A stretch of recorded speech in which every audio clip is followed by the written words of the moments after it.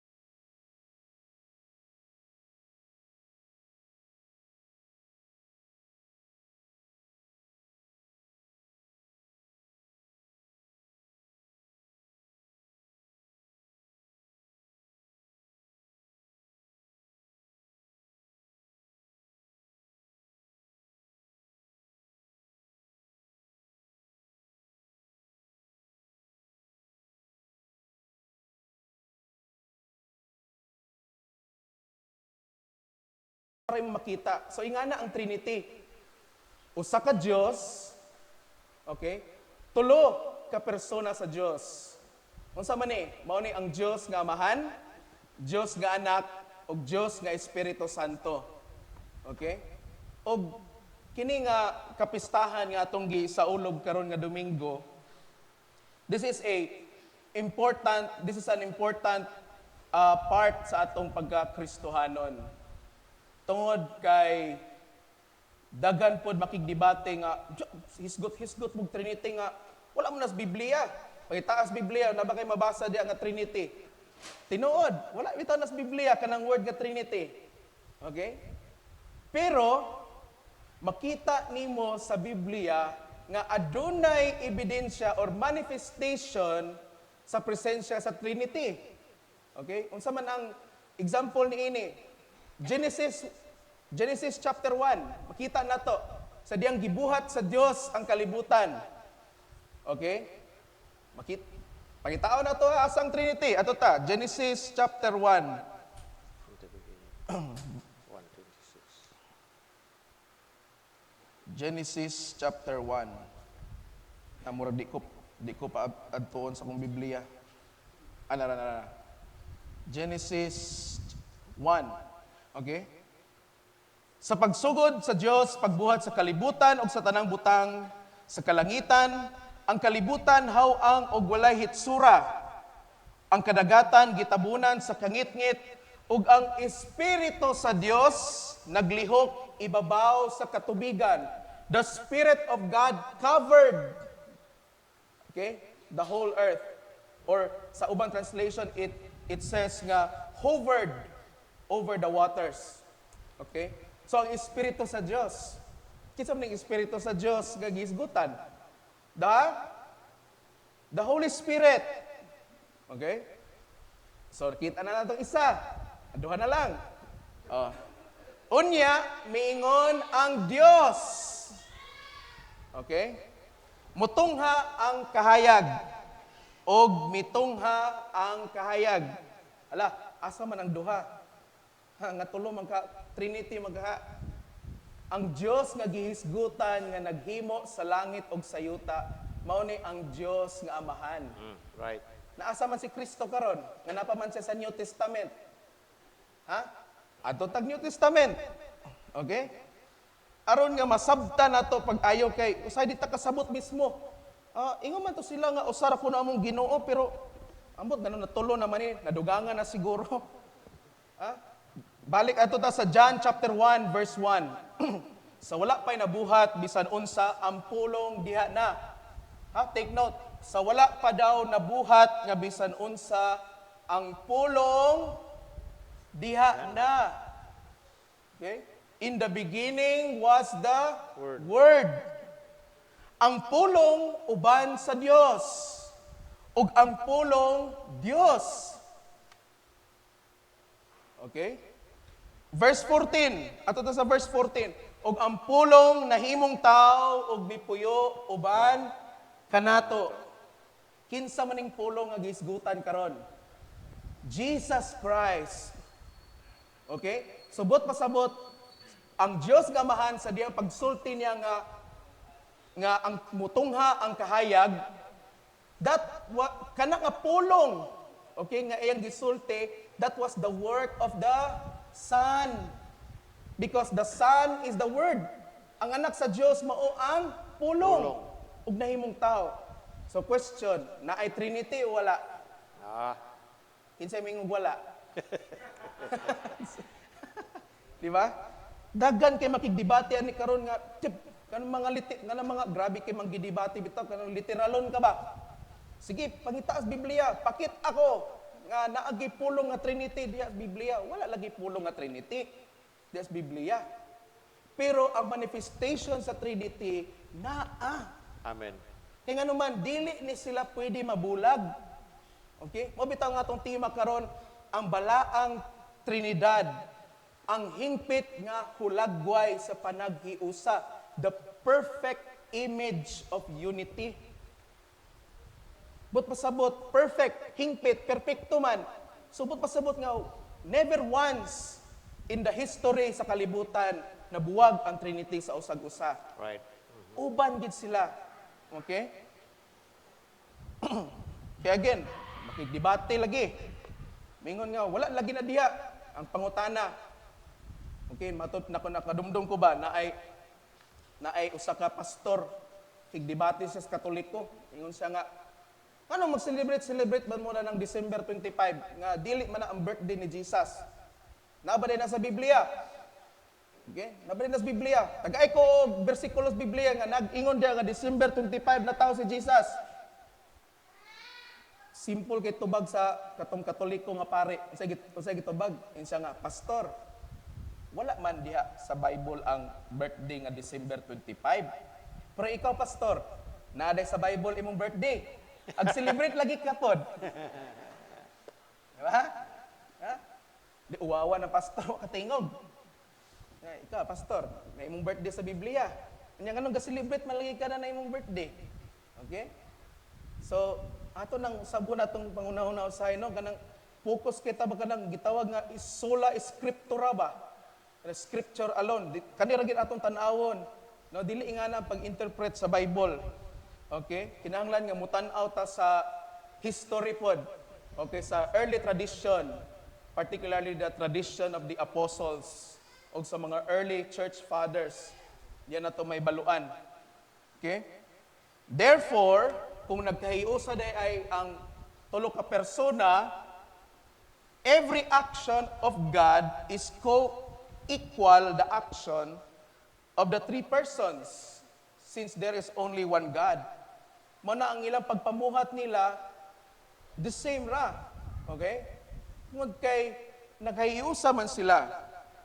Okay?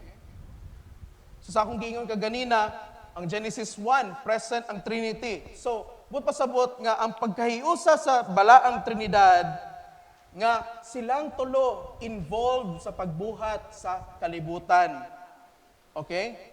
Og silang tulo involved sa pagbuhat sa tao. Silang tulo involved sa pagkatao ni Jesus. Silang tulo involved sa pagkamugna sa simbahan during Pentecost. Og silang tulo involved sa atong kinabuhi hangtod karon nga panahon. Amen. Amen? Mao bitaw nga manguros ta. Unsay atong isulti ko manguros ta? Sangalan sa Ala patay. Di na imong panguros. Unsay atong isulti pag manguros ta? Sangalan sa mahal. Sa ngalan sa Amahan, ug sa Anak, ug sa Espiritu Santo. Amen. So tulo ra gid na ha. Amahan, agtang, anak, dughan, Espiritu Santo, balang isto nga. Amen. Ayo nagpakapini na ng suwang. Unsa man ang suwang nga tulo ra man? 3 person, 1 God. Kinsa man ang ikaupat? Ngano pakapinan man gid ana? Ha? Sa ngalan sa Amahan, sa Anak, sa Espiritu Santo. Amen. Napay uban. Kinsa man na sila? Kinsa naman sa ning Simon ug kana? Kinsa naman sana siya? Kay kusay lagi kaning atong pagka-misinform ba nga wa tay kasayuran bitaw. Agbuot-buot na hinuon ta. Kita lang kas basketball nga imong paborito nga player. Awat sa gaban. Mura ka nagkalay tanaawon. Di ba? Nahimo ka ng katawanan. Pero seryoso bitaw, ana ra gid na siya. Kay kung imo ginang dugangan, bugal-bugal na na. Okay? Maura na pagtulunan sa simbahan. Ayog dugangi, ay pugkwai. Okay? Di po ka pwede mingon nga, in the name of Jesus, Amen. The hell, God. Trinitarian formula kita perme. Importante kayo ang Trinity nga naman. Sa mga sakramento sa simbahan, naagyapon ang Trinity. Amen. Yeah. Panahon sa bunyag, gibunyagan ko ikaw sa ngalan, sa Amahan, sa Anak, sa Espiritu Santo. Okay? Panahon sa kasal, karon, I now declare you husband and wife in the name of the Father, and of the Son, of the Holy Spirit. Amen, anak. Okay? Kung ordinahan ang usa ka diakono, ang usa ka pare, or konsagrahan ang usa ka obispo, Trinitarian formula gyapon. Okay? In the name of the Father, of the Son, of the Holy Spirit. Amen. Ingana ka-involved ang Trinity, ang balaang Trinidad sa atong kinabuhi. Okay? Mamita nga, every time we make the sign of the cross, ato silang gi-acknowledge nga uban sila nato. Pagsugod sa atong simba, ha?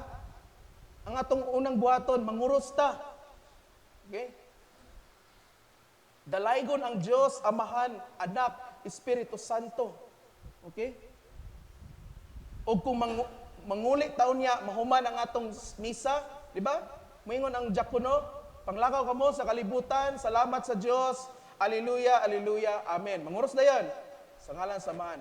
You start with the Trinity, you end with the Trinity. Ing ana ka-importante ang balaang Trinidad. Matod pa sa ni Pope Benedict XVI, ingon siya nga, in the unity of the Trinity, the Father gives everything to the Son. Sa pagkahiusa kuno sa balaang Trinidad, gihatag kuno sa Dios ang Amahan ang tanan ngadto sa iyang anak. Okay? Ug ang Dios nga anak gidawat kining tanan gikan sa Dios Amahan uban ang pagpasalamat with gratitude. Ug ang Dios Espiritu Santo mauni ang bunga, okay, sa gugma sa Dios Amahan ngadto sa iyang anak nga mao si Jesucristo. And the Holy Spirit is the fruit of this mutual love of the Father and the Son. Okay? In fact, kung tanawon ninyo na inyong gilingkuran, na diya sa kilid, na ay carving diya sa Trinity. Symbol sa Trinity. Kana murag circle diya, kana ay badless. Okay? I believe na diri dapita nga side na, makita man ako diri. Kita, unya na mo li. Ayar pod mo li pag Trinity Sunday lagi ba? So, pagkaiusa, no, Father Azol will explain more niini. No, so wala mi nagsabot ni Father nga, Father, ingani imong sumpay, wala. So, be always reminded to acknowledge the Holy Trinity sa atong kinabuhi. Una ka sa kahadlok, sa ngalan samahan sa Anak sa Espiritu Santo. Amen. Tabangi ko Ginoo, ampo rin ka. Kana mga ampo bitaw mo, agi mo kalimot og panguros. Ha? Contrary sa gisulti sa uban nga maimperno kang manguros. Agas man ka maimperno. Taka nga maimperno may tag imong gimension diha nga sa ngalan ni Satanas ug ni Lucifer ug sa tanan nga mga demonito. Amen. Kana no imperno gi kada na. Di man ang imo mang gisugid, ang imong gi-acknowledge man, imong gidawat ba sa imong kinabuhi. Ang Diyos, Amahan, Anak ug Espiritu Santo man, ay magtuo na ng maimperno, manguros, agas. Isulti ko kinsay na imperno tungod sa pagpanguros. Kaya di na ko manguros pod. Wala gyud. Okay? Importante kay before ta manarbaho, mubiya sa tong balay, manguros ta. Lord, tabay ko sa ngalan samahan sa Anak sa Espiritu Santo. Before mo mga eskwela, mga estudyante, Ginoo, wala ba ko nag-study sa ngalan samahan sa Anak sa Espiritu Santo. Amen. Ayaw gid mo kalimot og acknowledge, di ba? Tungod kay even gani sa ministry sa exorcism, very powerful kayo ang Trinity. Okay? Tungod kay kahadlukan ni sayawa, imong i-mention ang ilang ngalan. Mingon na ba ding yawa nga ayaw na. Wa na yawa. Ayaw na kuno. Madlok sila makadungog ana. Mo bitaw nga in Deuteronomy chapter 6, I believe, nag-ingon nga, Hear, O Israel, the Lord your God, the Lord is one. Usara. Unya, pag naising creed nato, ato isugid, mituo ako sa usa ka Diyos. Kada Domingo nato na ginasugid. Panahon sa gibunyagan ta, mauna gisugid sa atong mga ginikanan, sa atong mga ninong ug ninang. Mangutan-on sila sa pare, mituo ka ba sa Diyos nga Amahan? Sumpay din sila. Mituo ka ba sa Diyos Espiritu Santo? Mituo ka ba sa Diyos nga Anak? Mituo ka ba sa Diyos Espiritu Santo? The Trinity. Okay? That's why, di na ko lang ngayon, no? Let's welcome Father Azol para sa ikaduha nga parte sa atong homily.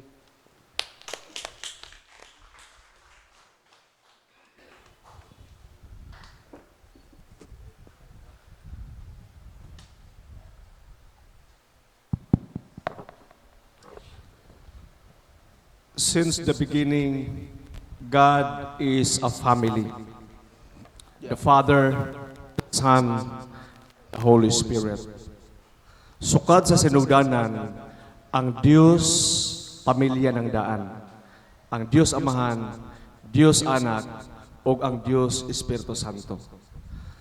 Ningon na itong tema karon nga, ang balaan nga Trinidad, mao ang hingpit nga hulagway sa panaghiusa. Asa man nato makita ang hingpit nga panaghiusa ni ini nga kalibutan. Mga igsoon, dili na to na makita sa eskwelahan sa itong pagpanarbaho. Dili na to makita sa mga barkada o bisan unsar nga organisasyon. Tinuod na sila panaghiusa. Apan walay makalabaw sa panaghiusa diha sa pamilya.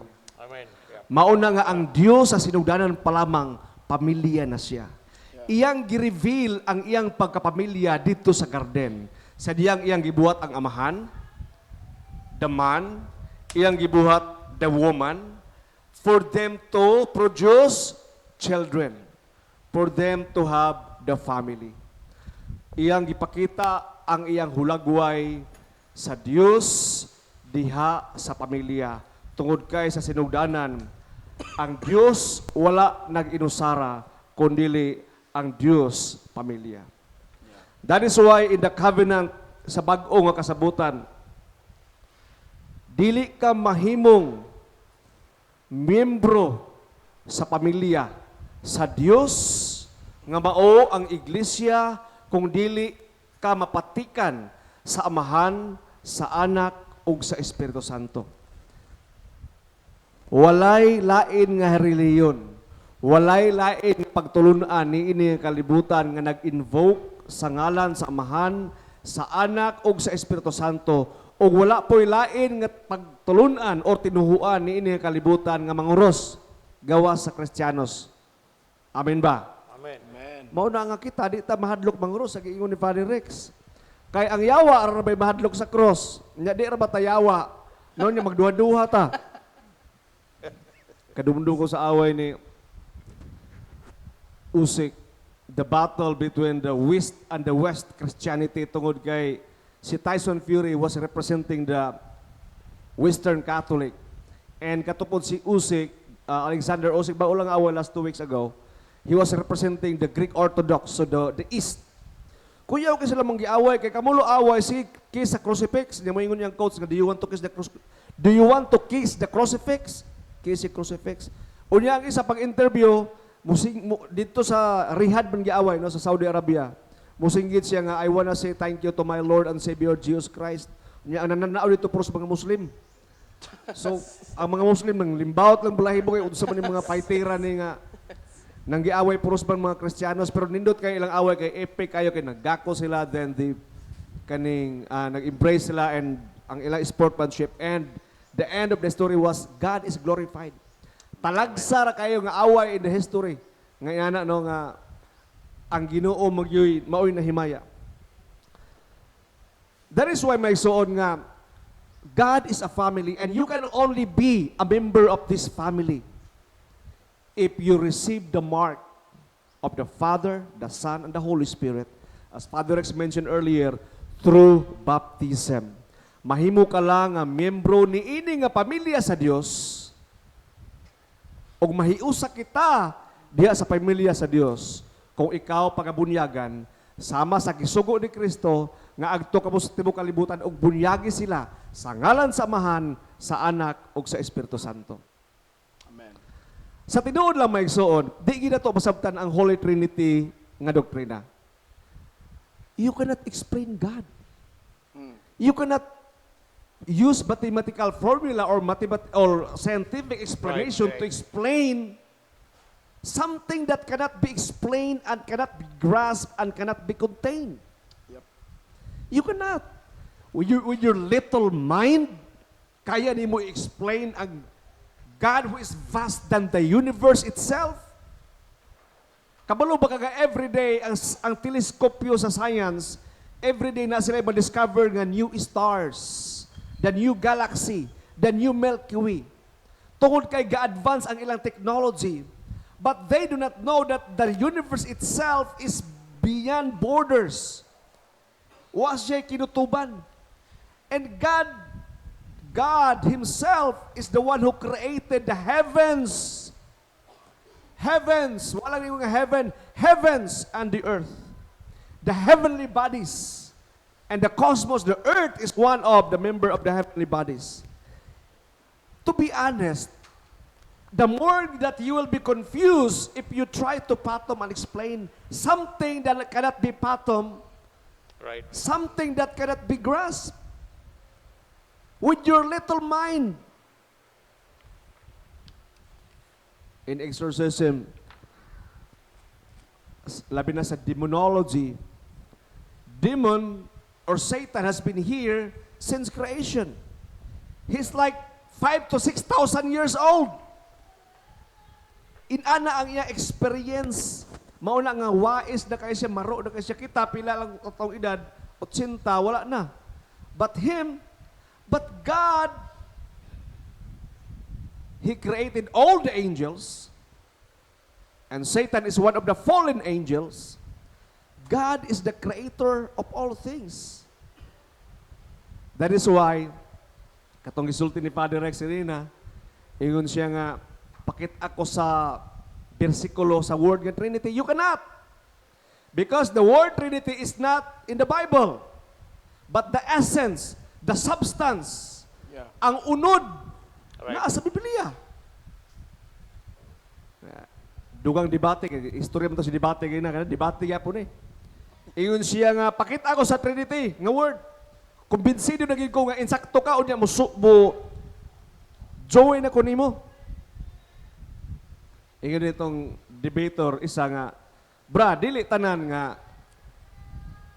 bantog, dili pasabot nga, wala sa Biblia na sulat, dili tinuod. Isa dili, dapat lagi sa Biblia, importante na, kay Ginoo ko na itong gisgutan, masayo pa lang tanan, impasta. Ingon siya, nga naman ikaw, sabay mo ngalan, Brad. Ingon siya, Mansueto. Unya ka ng Mansueto, mabasa na sa Biblia. Dili. Dili ka tinuod. lakaw siya. So, wala pa sa pagsuon nga wala sa Biblia, dili tinuod. Yeah. Actually, it was Tertullians who used the word Trinity in between 1st and 2nd century church. Early father, one of the early fathers. He used the word Trinity. Yes, Trinity cannot be found in the Bible cover to cover, pero basahon ni muna dito sa kuan kanang concordance na ana, pero what I mean is Genesis to Revelation you cannot find. Yeah. Okay? That is why na usa ka lugar diya sa London kanang gitawag nga Hyde Park. Kanang Hyde Park is the only place on earth nga pwede nimo debatihon ang Islam, debatihon nimo ang Hindu, debatihon nimo ang Shinto, ang Christian, tanan nga mga pagtulunan sa tibuok kalibutan naa diha. Na ang mga great debater diha. Unya, kuyaw kayo ng mga debate diha, labi ng mga Muslim, kaya kung dili makayang debate, ilang harason, ilang banggaan, itumba imong kamera, tumba nila imong tiil, kay covered mo na sa kamera. So usually, pag mga istorya, half body lang. Ang tiil di makita mo na, tindakan imong tiil. Kinsa mo ito ditindag sa tiil. So, iharas ka nila. But there are only three things. There are three things that they will attack Christian. In three things. Number one, divinity of Christ. They want to prove that Jesus is not God, that Jesus Christ is not divine. That is number one. Number two nga attack nila is the credibility of the Bible.